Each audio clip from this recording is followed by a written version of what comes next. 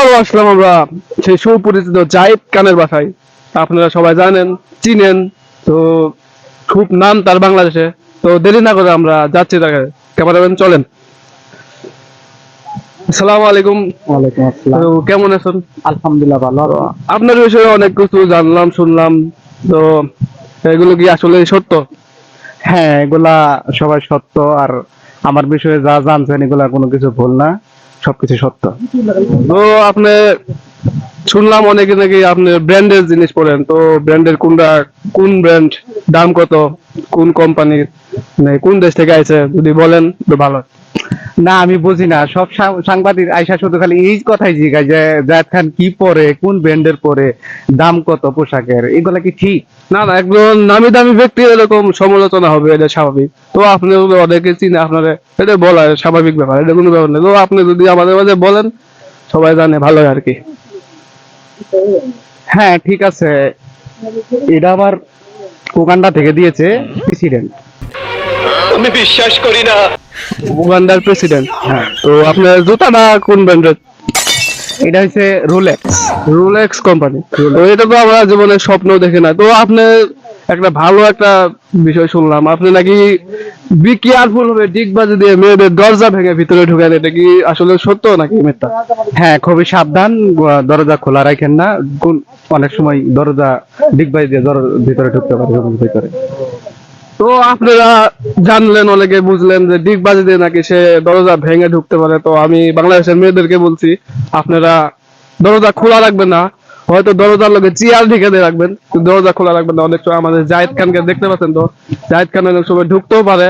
তো জাহিদ খানরা আমি আরেকটা জিনিস দেখাবো, সে নাকি তাকে দেখে নাকি বাংলাদেশের অনেক মেয়ে ক্রাশ খায়। এটা কি সত্য? হ্যাঁ, আমি অনেক সময় দেখেছি, এবং কি আমার ইনবক্সও আমি চেক করেছি। মেয়ের অভাব না। এখন কার কথা বলবো, অনেক মেয়ে আছে যে আমার জন্য পাগল। পরশুদিন একটা মেয়ে ফোন করে বলছে যে আমার তো বিয়ে ঠিক হয়েছে, তো এখন আমি কি করবো, আমি আপনারা ছাড়া তো আমি বাঁচবো না। পরে আমি তারা অনেক বুঝাইলাম, বুঝিয়ে বললাম যে না, এগুলা ঠিক না। আমি তো এখন বিয়ে শাদী করতে চাইতেছি না। এখন আপনার যেভাবে হোক আপনি বিয়ে শাদী করেন, আমারে ভালোবাসেন, সমস্যা নেই, মনে রাখেন, কিন্তু বিয়ে শাদী করেন, বিয়ে থেকে বিরত থাকেন না। তো আপনি থেকে যা কিছু শুনলাম, এই থেকে আমি আরেকটা প্রশ্ন করতে চাই। এই যে আগামী শীতেও আপনি দেখছিলেন আপনি বিয়ে করেন নাই। তো এই শীতে নাকি অনেক মেয়ে আপনাকে ইনবক্স দেয়। তো এই শীতে একটু বেশি ঠান্ডা, কিন্তু এই শীতে আপনি বিয়ে করেন নাই, এই বিষয়ে কিছু বল।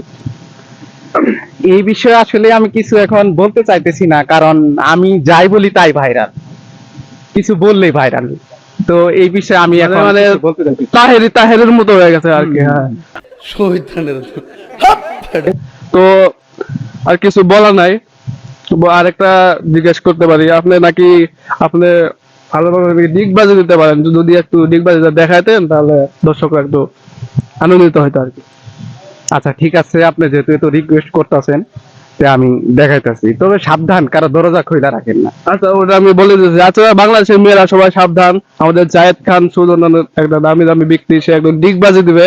তো আপনাদের সবার দরজা বন্ধ রাখবেন। এমন হচ্ছে দরজা ভেঙে ভিতরে ঢুকতে পারে, আপনারা চেয়ার ঢুকাবেন, কিন্তু দরজা বন্ধ রাখবেন। আপনারা এখন ডিগবাজি দেখার জন্য রেডি হন। Wow wow, wonderful, beautiful. ও, আপনার ডিগবাজিটা ভালো লাগছে। আপনি এই ডিগবাজিটা কোথায় শিখেছেন?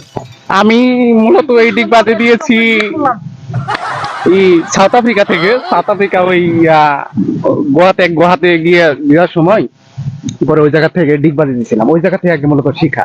আচ্ছা শুনুন, আপনি এত সুন্দর ডিগবাজি পারেন, কিন্তু আপনি সিনেমাতে সুযোগ পান না, এটা তো খুব কষ্ট। কেন, আপনি আমার সিনেমা দেখেননি? না না, এর আগে কোনো সিনেমা দেখিনি আমি। এর আগে একটা সিনেমা দেখছিলাম, মনে নাই, অনেকদিন আগে। এইটা এইটা কি বললেন কোন? এটা এটা কি বললেন, এটা কোনো প্রশ্ন? না, এটা অনেকদিন আগে দেখছিলাম, মনে নাই ছবির নাম। তো আপনি যদি বলেন। হ্যাঁ, ওইরকম কিছু না। এখন আমি আগে থেকেই অনেক আগে একটা সিনেমা করছিলাম, ছবি। তো এখন বর্তমানে ছবি করতে চাইতেছি না, কারণ তো সমস্যা আছে, এই জন্য।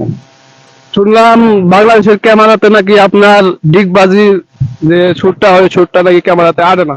এই জন্য আপনি নাকি চায়না যে ডিগবাজিটা দিতে চান এই শুটিং এ। হ্যাঁ, আমি বলছিলাম তাদেরকে যে এই ডিগবাজি এর জায়গা যেহেতু হইতাছে না, আমি চায়নাতে যাই, চায়নাতে ক্যামেরা নিয়ে ওই জায়গা থেকে ডিগবাজি দিয়ে দিই। তো আপনি যদি চায়নাতে যান, চায়নাতে যাওয়ার পর যে এই যে আমাদের যে বাংলাদেশের মেয়েগুলো আপনার ইনবক্সে আছে, এরা তো আর আপনার দেখা পাবে না। তাহলে এরা যদি সুসাইড খাওয়ার পরে যদি মারা যায়, না সুসাইড যদি করে, সুসাইড খায় না, যদি মারা যায় তাহলে তো আপনার দায় হবে, তাহলে আপনি কি করতেন?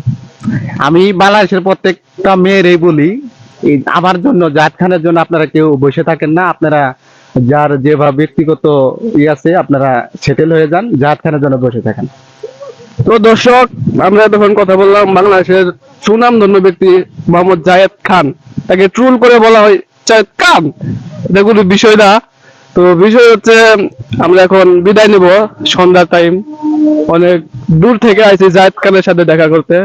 তো আসসালামু আলাইকুম, সবাই ভালো থাকবেন, আমার ইউটিউব চ্যানেলটা সবাই সাবস্ক্রাইব করবেন।